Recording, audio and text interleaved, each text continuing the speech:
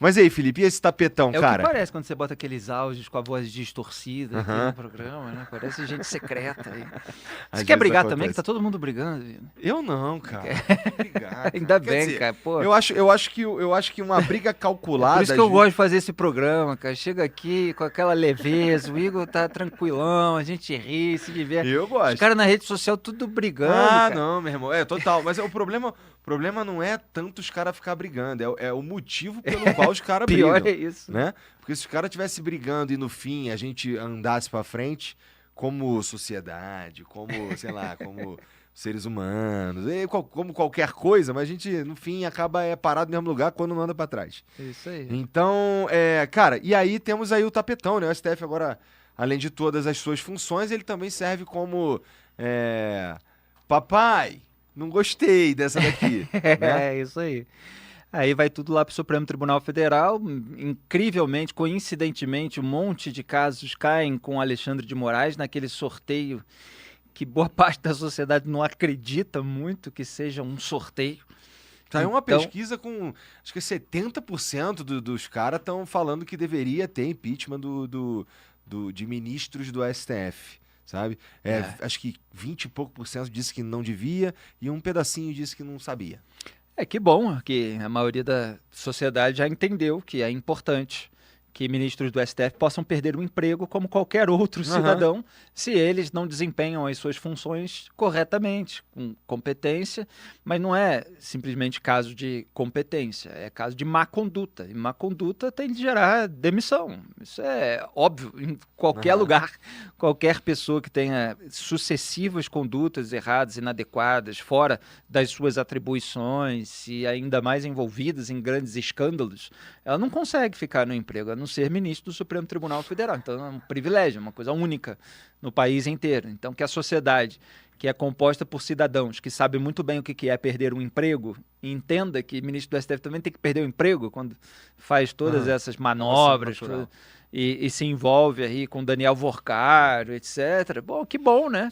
Esses 20 e poucos por cento aí é que realmente estão passando pano, porque fazem parte aí talvez dessa patota, deve ser uma parte do eleitorado lulista mais alexandrista, são os adeptos do Alexandre de Moraes. Mas Se é nesse contra os bolsonaristas, eles estão isso, se é levantando contra, bandeira. tá tudo bem, mas na verdade tem muita coisa que não é contra, são coisas como você fala, de dinheiro, Uhum. de ganância, que não pode acontecer com um servidor público qualquer, ainda mais com aquele que está lá para julgar todos os outros. Você É. apontou isso muito bem, quer dizer, a conduta dos ministros do STF no escândalo Master, ela é grave não só pelo simples fato de serem ministros do Supremo Tribunal Federal ou servidores que, por meio do resort Itaiaiá ou por meio do escritório de advocacia da esposa, etc., tiveram esse envolvimento, mas porque eles julgam todos os outros.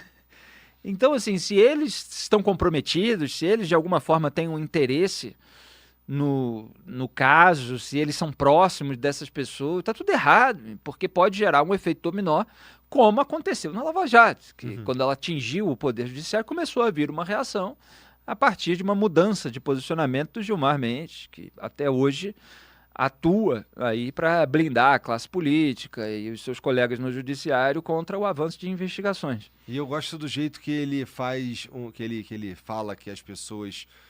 Não é que ele tá dizendo que as pessoas fazem as coisas, entendeu? Mas ele. Talvez assim. São exemplos que muito precisos, mas que ele não tá dizendo que as pessoas são o que ele tá dizendo. É Não, complicado, não, né? mas a sua descrição é maravilhosa, porque quando eu vejo aquelas entrevistas, é um sabão, como eu costumo Aham. dizer, é uma gelatina. Não, veja bem, não, é importante, não, é verdade, tem que investigar. Eu sei, mas não pode, mas não pode, mas não pode, mas não pode. Então, como é que tem? Então, não, não, mas pode, tem a Procuradoria-Geral da República. Ah, mas a Procuradoria-Geral da República é comandada pelo ex-sócio do próprio Gilmar. Então, assim, não é simples chegar em pessoas tão poderosas. Total, total. Mas vamos entrar nesse caso aí, da dosimetria? Então, para começar, Felipe, e se tu ajudasse a nossa audiência e eu mesmo a entender melhor todo o trâmite desse lance da dosimetria, que eu sei que tu acompanha tudo isso de muito perto. Uhum. Então, assim, para começar, ele é proposto e os deputados votam para rolar, não é isso? Exato, é uma tramitação no Congresso Nacional. Então, saiu da Câmara dos Deputados esse projeto, o relator é o Paulinho da Força, que é um deputado federal do Partido Solidariedade, amigo do Alexandre de Moraes, não precisa acreditar em mim, pode ver as próprias declarações históricas do Paulinho da Força nesse sentido. Aliás, agora na rede social o pessoal está lá até ironizando, porque ele está dizendo que falou com Moraes, ele está mostrando que a tendência... E é bom deixar claro isso, a tendência é, quando for julgado pelos 11 ministros no plenário do Supremo Tribunal Federal, que seja mantido aquilo que foi aprovado no Congresso Nacional. Mas eu vou chegar nessa parte, porque houve aí o Alexandre de Moraes no meio do caminho. Mas, repito, sai da Câmara dos Deputados, relator Paulinho da Força, tinha um projeto de lei inicial que era de anistia, que era o que o bolsonarismo queria para livrar Jair Bolsonaro de qualquer pena, e, claro, todos os outros, mas que vem a pretexto para livrar o patriarca da família. E, no entanto, a anistia era combatida ali por ministros do STF, que diziam que não, crime contra o Estado Democrático de Direito, não pode ter anistia, etc. Houve uma reunião do Paulinho da Força, que é esse relator do projeto de lei original, com o ex-presidente Michel Temer, que foi quem indicou o Alexandre de Moraes e que tem influência sobre ele, com o Aécio Neves, que é do PSDB, partido do Fernando Henrique Cardoso, que indicou o Gilmar Mendes. Os três, Paulinho da Força, Aécio Neves e Michel Temer, estavam juntos na casa dele, também não precisa acreditar em mim, pode ver as imagens, eles publicaram um vídeo daquela reunião, e naquela reunião participaram por telefone Gilmar Mendes e Alexandre de Moraes. Eles saíram daquela reunião, saíram não, na verdade ainda estavam lá no espaço físico, gravaram um vídeo chamando então de PL da dosimetria, não era mais anistia, fizeram uma modulação, não vamos aliviar totalmente as penas, vamos apenas reduzir algumas, por meio de determinados mecanismos que apareceram depois ali no texto do Paulinho da Força, mas visivelmente com a consultoria do Alexandre de Moraes, do Gilmar Mendes, o que já é uma coisa completamente inapropriada, uma ingerência de ministro do STF no poder legislativo, é algo que não é comum em qualquer Estado democrático de direito. Você não vê notícias sobre juízes da Suprema Corte dos Estados Unidos fazendo isso, se juntando com parlamentares para redigir um projeto de lei, mas é tudo errado. Projeto de lei com essa finalidade específica que tem, que é uma finalidade... Cara, que tem a ver com um ex-presidente que está preso por um motivo específico. Isso, né? são questões graves, questões importantes, que tiveram uma grande repercussão, que tem a ver com a história recente do país. Pois é, mas existe essa suruba institucional no Brasil, onde todos se metem nas atribuições alheias. Você tem essa casta de pessoas que são amiguinhas, elas debatem o que fazer nesse... vamos dizer assim, grupinho interinstitucional. Mas dali saiu um projeto e, como o Bolsonaro está querendo o que desce, acabou aceitando ali o PL da dosimetria, mesmo que não fosse o ideal para eles, e foi avançando no Congresso Nacional. Então foi aprovado na Câmara, aprovado no Senado, teve a votação no Congresso Nacional, e aí a lei foi promulgada. Há várias previsões ali por exemplo, a maioria ali daquelas pessoas, dessa leva que fazia parte do governo Bolsonaro ou que estava envolvida no 8-1 e tal, muitas dessas pessoas foram acusadas de 5 crimes. Né? Os dois principais ali são a abolição violenta do Estado Democrático de Direito e golpe de Estado. Os dois tipos penais prevêem tentativa. Então a pessoa fala, mas não teve golpe e tal. Mas o tipo é a tentativa de golpe, a tentativa de abolição do Estado Democrático de Direito. Aí a pessoa fala, mas não houve a tentativa. Tá, essa foi justamente a discussão, cada um faz o seu juízo e tal, mas só para deixar claro que o tipo é a tentativa. E houve ali um debate entre os próprios ministros do STF, o próprio Luiz Fux, que deu o voto mais brando para aliviar o Bolsonaro. Aliviar no sentido, não estou fazendo juízo, estou relatando só. Aliviar no sentido de não votar pela sua condenação. Ele foi contra essa aplicação da tentativa de golpe, da tentativa de abolição, no caso do Jair Bolsonaro. Mas veja que o Luiz Fux, que deu o voto mais brando, ele votou para condenar o Walter Braga Neto, que era o candidato a vice na chapa do Bolsonaro, derrotado pelo Lula em 2022, e foi ministro do governo Bolsonaro, e o Mauro Cid, que foi ajudante de ordens de Jair Bolsonaro, que acabou pego anteriormente, fechou uma colaboração premiada e acabou entregando alguns elementos, com uma série de episódios também controversos, etc. Mas então, o que fez o Congresso Nacional? Ele previu ali que não fossem cumulativas essas penas. As penas pelos dois tipos penais se transformariam numa pena só, a pena do crime maior, acrescentada de uma parcela, etc. Então foram modulando, de modo que aquelas somas muito grandes, que são as das penas de todos os 5 crimes, elas diminuíram porque dois tipos penais se juntaram, por exemplo, né? E ainda tem outra previsão para a progressão de regime ser mais rápida. Então, em vez de cumprir 1/4, basta cumprir 1/6 da pena para sair do regime fechado para o regime semiaberto, é algo nesse sentido. Tem vários detalhes ali no texto da lei. Então, isso foi aprovado. Aí, quando é aprovado, você tem o momento da promulgação. Nesse caso, na verdade, o Lula vetou. Então, assim, passa pelo Congresso Nacional, vai para a sanção presidencial. O presidente pode sancionar, que é endossar, dizer, ok, beleza, tá valendo, ou ele pode vetar. E ele fez um veto integral, né? Porque o presidente ele pode sancionar com vetos para itens específicos do projeto de lei. Ele fez um veto integral, e aí teve toda uma novela com articulação de bastidor, porque o Davi Alcolumbre é o presidente do Senado, depende dele pautar o Congresso Nacional para votar se vai manter o veto do Lula ou se vai derrubar o veto do Lula. Então, depois de muita articulação, e a gente falou disso nos programas passados, o Davi Alcolumbre foi atingido aí indiretamente pelo escândalo Master, não quer que tenha a CPI do Master, então fez pressão na oposição ao governo Lula, ou suposta oposição, para que não houvesse a CPI do Master. O Jorge Seif, que é um senador bolsonarista de Santa Catarina, ele saiu de uma reunião com o Davi Alcolumbre dizendo, o Alcolumbre disse isso para a oposição não pressionar e a gente decidiu que seria pauta única. O que é a pauta única? Um detalhe importante, a sessão conjunta do Congresso Nacional que ia acontecer, que é a sessão que envolve justamente deputados e senadores, e aí eles combinaram que essa sessão conjunta seria de pauta única, portanto era só para votar o PL da dosimetria e não para ler o requerimento de instalação da CPI do Master, que seria o natural numa sessão conjunta aberta. A partir do momento que você tem a sessão conjunta, você teria essa leitura. Mas aí houve um acordão para não haver a leitura do requerimento da CPI, para não haver o início do processo de instalação da Comissão Parlamentar de Inquérito para investigar o caso Master. Então, esse acordão, só um parênteses, tá? Isso é um fato objetivo. Esse acordão está confessado, não só pelo Jorge Seif, eu tinha mostrado no dia que ele fez a confissão, mas agora pelo Flávio Bolsonaro, que numa entrevista, o que ele está negando, veja, não é o acordo, ele está negando a extensão do acordo. Ele está dizendo, não, nós fizemos uma exceção para a sessão conjunta.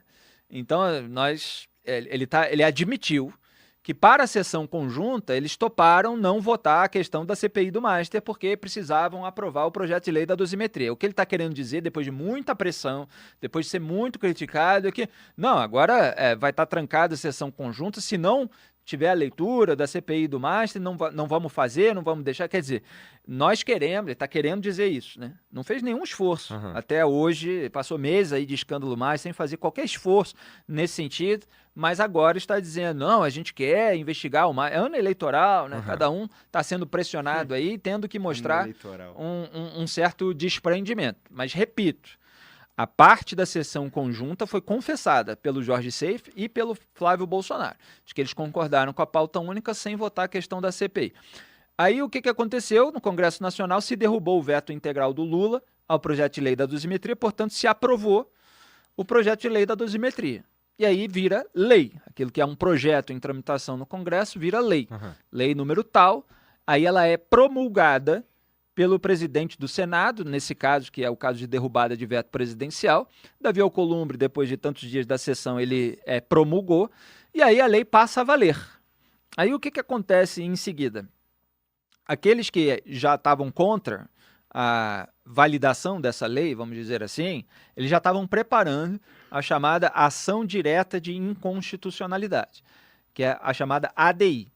Você entra no Supremo Tribunal Federal alegando que aquela lei que foi aprovada pelo Congresso ela é inconstitucional.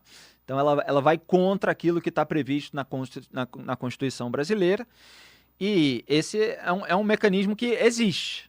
Então, que a gente chama toda hora, né, ultimamente. Então, os partidos eles têm legitimidade para entrar com ADI, há outros grupos, entidades, há às vezes questionamentos, quem tem, quem não tem, por exemplo, a Associação Brasileira de Imprensa, ela entrou com ADI também. É um grupo que tem advogado que não considera que teria essa legitimidade e tal. Mas, enfim, a STF aceita tudo e entraram lá vários grupos, partidos, inclusive o PT, principalmente os partidos de esquerda e essas entidades que estão mais à esquerda. E apresentaram ação direta de inconstitucionalidade para considerar essa lei da dosimetria inconstitucional. E o que as defesas dos réus condenados também, a partir do momento que a lei é aprovada no Congresso Nacional, o que as defesas fazem? Elas entram com o pedido no juiz competente, entre aspas, porque essas pessoas não têm foro privilegiado, elas não deveriam estar não deveriam ter sido julgadas no Supremo Tribunal Federal, mas foram. Então, as defesas fazem ali a sua petição para o Supremo Tribunal Federal. Olha, foi aprovada uma lei agora, a lei ela precisa ser aplicada no caso do meu cliente, do réu ou da ré, que foram condenados há tantos anos, etc. Agora precisa reduzir essa pena aqui conforme a lei que foi aprovada e o magistrado tem que aplicar aquilo. Então, várias defesas fizeram isso. Aí o Moraes deu essa decisão, que se tornou absolutamente polêmica, etc., no âmbito não da ADI, da ação direta de inconstitucionalidade, mas no âmbito de um pedido de uma ré, no caso a Nara Faustino de Menezes. Ele já deu em várias, assim, mas essa foi a decisão emblemática que repercutiu bastante. Então, uma ré que está ali condenada a 16, 17 anos de prisão, e a defesa pediu ali o alívio das penas conforme a lei é aprovada. E o que ele fez? Ele suspendeu a aplicação da lei, a lei que foi aprovada no Congresso Nacional, nessa execução penal, como se chama. Então, execução penal, como o nome diz, você vai executar a pena e você tem essa tramitação. Então, assim, ele suspendeu a aplicação de uma lei que está em vigor, dando uma canetada, um ministro do Supremo Tribunal Federal suspendendo a aplicação de uma lei que foi aprovada por 513 deputados. É claro que nem todos votaram a favor, mas são 513, você teve uma maioria ali, e 81 senadores. Um cara...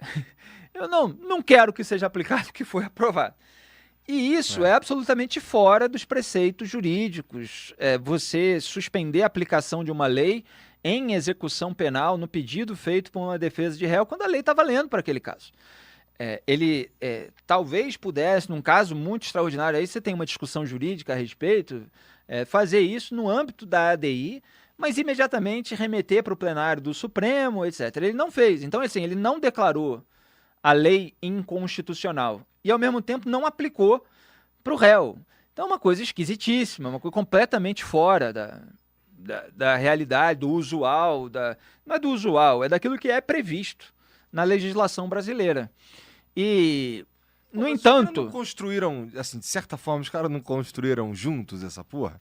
O Paulinho da Força não recebeu umas dicas, teria recebido umas dicas de uns ministros? Não, sim. Naquela reunião que eu falei, houve toda essa consultoria e tal. Por isso que o Flávio deu entrevista e falou: Moraes redigiu a lei e tal. Porque o Moraes é parceirão do Paulinho da Força.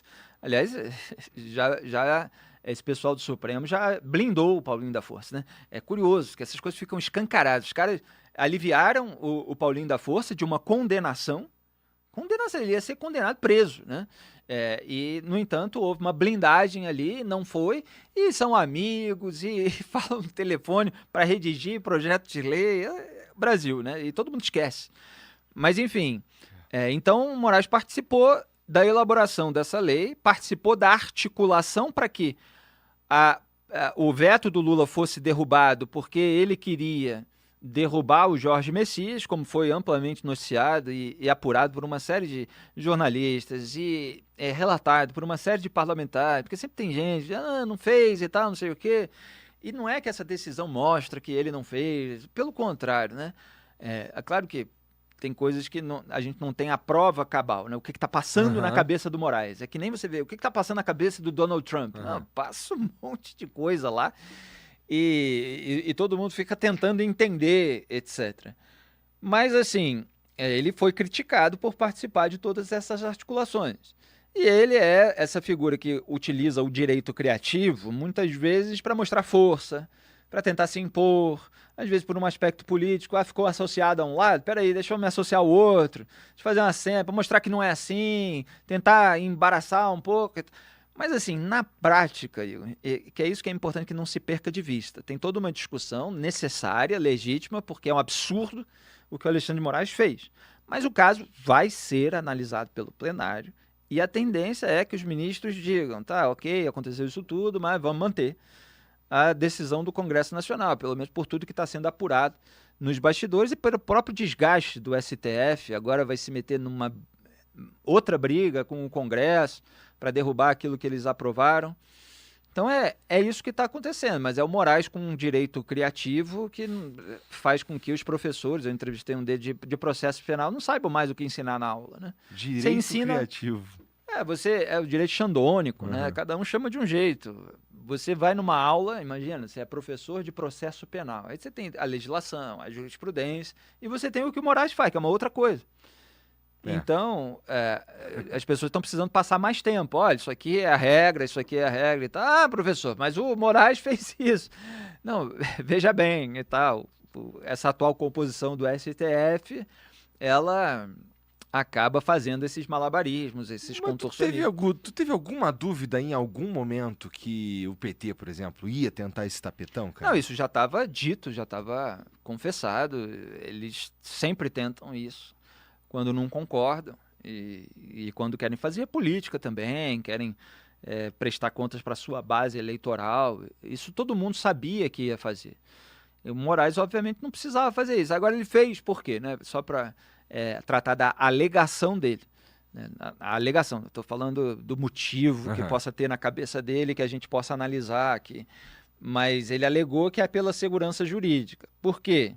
Porque tem uma ADI que vai ser analisada pelo Supremo Tribunal Federal. Enquanto ela não é analisada, então não vou aliviar as penas das pessoas, porque pode ser que a lei seja declarada inconstitucional e aí essa decisão aqui vai ter sido tomada à toa. E aí a gente vai precisar desfazer essa decisão. Só que isso da cabeça do Moraes quer saber? Já tem uma DI e tal, então por que ela existe? Não vou aplicar a lei que está valendo, não. Isso não existe, entendeu? Se o cara... Vamos lá. O cara aplica a lei. E, eventualmente, lá na frente, se o plenário do STF declarar inconstitucional, você revê os casos. Existe farta jurisprudência a respeito disso. Mas o ministro do STF, ele não tem esse direito de não aplicar a lei porque tem uma ação que está em tramitação. Então, vamos esperar. Tem que analisar até os casos específicos, porque é muita gente, né, envolvida no 881, para ver se alguém teria, vamos dizer assim, uma mudança imediata de situação. Porque pode ser que a pessoa esteja presa e vai ter que continuar lá, ela só vai reduzir o tamanho. Mas pode ser que tenha uma pessoa que já está presa há tanto tempo e, de repente, com a alteração, ela sai da cadeia. Aí, eventualmente, num caso desse, o ministro do STF está impedindo a pessoa de ser solta. Quando a lei diz que ela tem que ser solta. Então é isso, cara, tem que aplicar. Cara, goste ou não, né? Goste ou não.